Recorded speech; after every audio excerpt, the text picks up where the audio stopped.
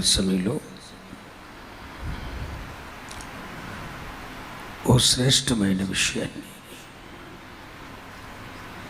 మీ ముందుకు తీసుకొని రావాలని నేను ఆశపడుతున్నాను. ఈనాటి ధ్యానం కొరకు యెషయా గ్రంథం 35వ అధ్యాయం 8వ వాక్యం.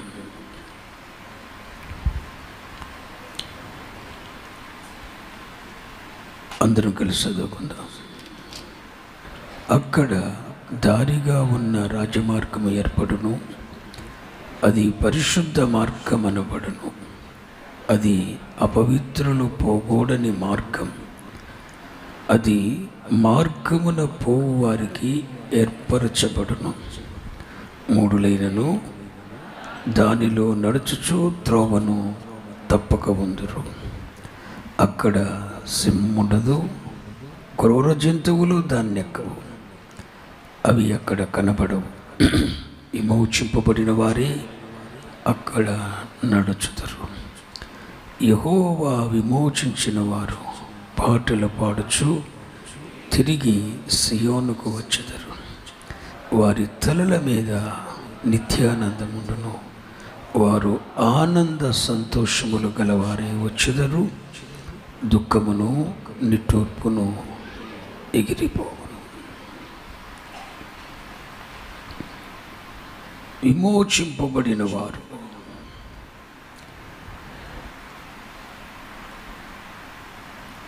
నడిచిపోవటానికి అక్కడ ఒక రాజమార్గము ఏర్పడు.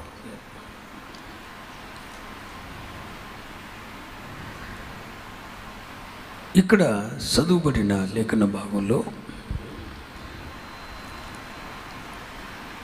అక్కడ ఒక రాజమార్గం ఏర్పరచబడుతుంది. ఆ రాజమార్గం ఎవరి కొరకంటే విమోచింపబడిన వారు నడిచిపోవుటకు. ఆమేన్. ఆ మార్గం గుండా నడిచిపోతూ వారు సియోనుకు చేరుకుంటారు. ఆ విమోచింపబడిన వారు నడిచిపోవటానికి అక్కడ ఒక రాజమార్గం ఏర్పరచబడుతుంది.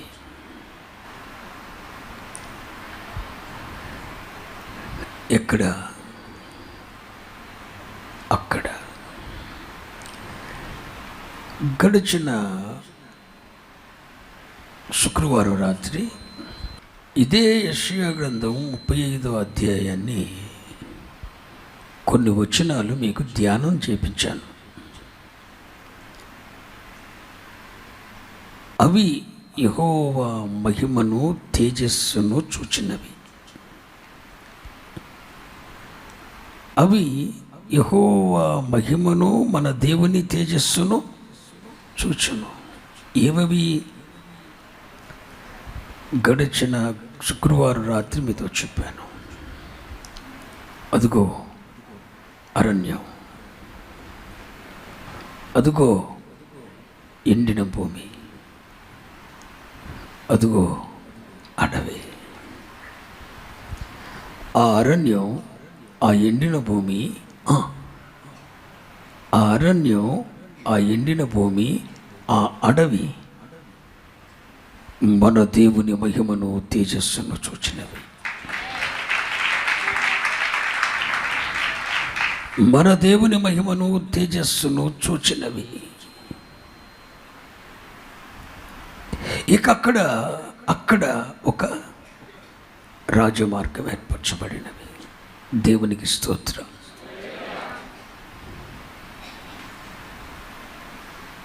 ఏ వ్యక్తి జీవితంలోనైతే దేవుని మహిమను, మన దేవుని తేజస్సును చూస్తారో వారి జీవితంలో వారు నడిచిపోవుటకు దేవుడు ఒక రాజమార్గాన్ని ఏర్పాటు చేస్తాడు.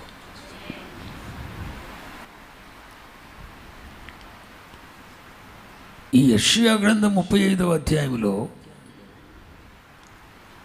ఒక అరణ్యం, ఒక అడవి, నీరు లేక ఎండిన భూమి దేవుని మహిమను చూశాయి,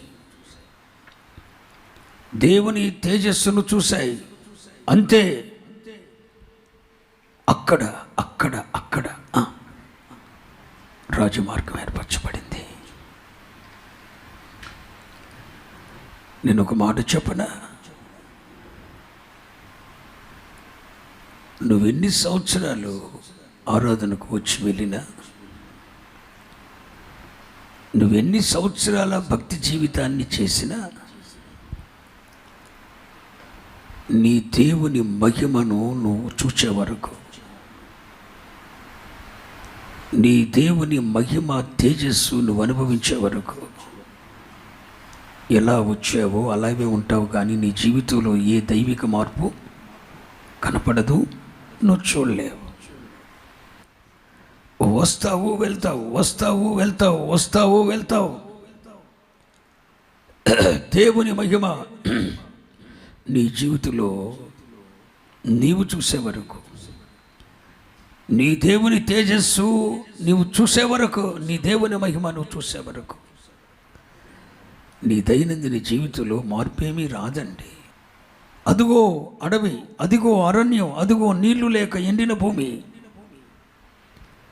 ఆ అరణ్యం, ఆ ఎండిన భూమి, ఆ అడవి ఒకానొక దినాన దేవుని మహిమను, దేవుని తేజస్సును చూశాయి. అంతేనండి, అక్కడ రాజమార్గం ఏర్పరచబడింది. అది అరణ్యమే, అది అడవే, అది ఎండిన భూమే, కానీ నీళ్లు ఉబ్బుకుతున్నాయి. 6వ వచనం, కుంటివాడు దుప్పివలే గంతులు వేయును, మోగవాని నాలుక పాడును, అరణ్యంలో నీళ్లు ఉబ్బుకును.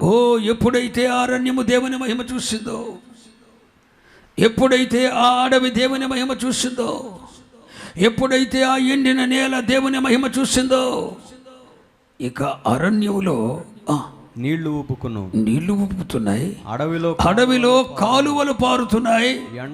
ఎండమాముల్లాగా కనపడినవి నిన్నటి దాకా అవి ఎండమాముల్లాగా కనపడినవి, కానీ ఆ ఎండమడుగులే నీటి మడుగులుగా మార్చబడ్డాయి. ఏం జరిగిందిరా బాబు? నిన్నటి దాకా ఇది భీకరమైన ధ్వనులు కలిగిన ఎడారి, విత్తనము వేయదగని అరణ్యం, నీళ్లు లేక ఎండిన భూమి, క్రూరమైన హానికరమైన జంతువులు నివసించే అడవి. ఇదేంటి? ఈ అరణ్యములో, ఈ అడవిలో, ఈ నీళ్లు లేక ఎండిన భూమిలో నీళ్లు ఉబ్బుకుతున్నాయి ఏంటి? ఈ అడవిలో నీళ్లు కాలువలు పారుతున్నాయి ఏంటి? ఈ అడవిలో, ఈ అరణ్యములో, విత్తనము వేయదగని స్థలములో, భీకరమైన ఎడారులలో, భీకరమైన దొల్లు కలిగిన ఈ ఎడారుల్లో ఈ రాజమార్గం ఏంటి?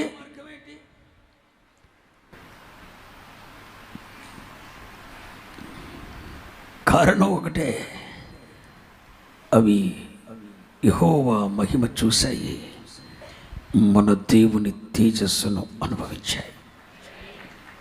కొట్టండి స్థాపలు కూడా దేవుని మహిమపరచండి. ఈ రాత్రి ఒక ప్రవచనాత్మకమైన మాట చెబుతున్నాను.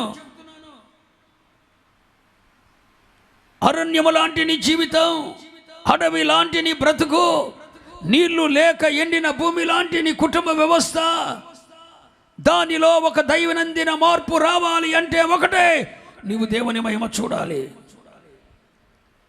నీవు దేవుని మహిమ చూడాలి. చెప్పండి, దేవుని మహిమ చూడాలి. దేవుని మహిమ తేజస్సు నీవు అనుభవించాలి. ఒక మనుషుడు దేవుని మహిమ ఎక్కడ చూస్తాడు?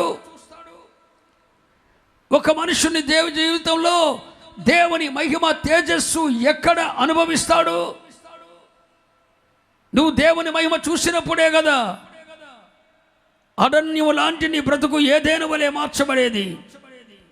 అడవి లాంటి నీ బ్రతుకులో రాజమార్గం ఏర్పరచబడేది. దేవుని మహిమ చూస్తేనే కదా ఆ దేవుని మహిమ ఎక్కడున్నది? ఆ దేవుని మహిమ నువ్వు ఎప్పుడు చూస్తావు?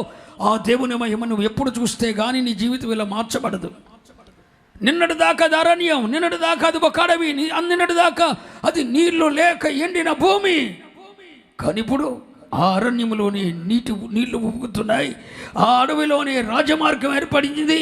ఆ అడవిలోనే ఉన్న నిన్నటి దాకా ఎండమావుల్లాగా ఉన్నవి నీటి మడుగులైపోయినాయి. ఆ అరణ్యమే ఏదైనా వలె మార్చబడిపోయింది. అరణ్యమే యెహోవా తోట వలె మార్చబడిపోయింది. ఏం జరిగిందిరా బాబు ఇంతలోనే? ఏంటి దైవిక మార్పు? కారణం ఒకటే బిడ్డ, అవి దేవుని మహిమ చూశాయి. చూడండి, అదే యెషయా గ్రంథం 35వ అధ్యాయము 3వ వచనం. మొదటి నుండి చదవండి, అర్థమవుతుంది. అరణ్యమును ఎండిన భూమియు సంతోషించును. అడవి ఉల్లసించి కస్తూరి పుష్పము వలె పూయును. అది బహుగా పూయుచు ఉల్లసించి సంగీతములు పాడును. లెబానోను సౌందర్యము దానికి కలుగును. కర్మెలు షారోనులకున్న సొగసు దానికుండును.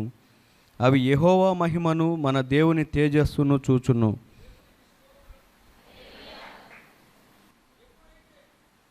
ఎప్పుడైతే అరణ్యం, ఎప్పుడైతే అడవి, ఎప్పుడైతే ఆ ఎండిన భూమి దేవుని మహిమను, దేవుని తేజస్సును చూశాయో స్థితిగతులన్నీ మార్చబడ్డాయి. ఆ అరణ్యములోనే రాజమార్గం ఏర్పడింది.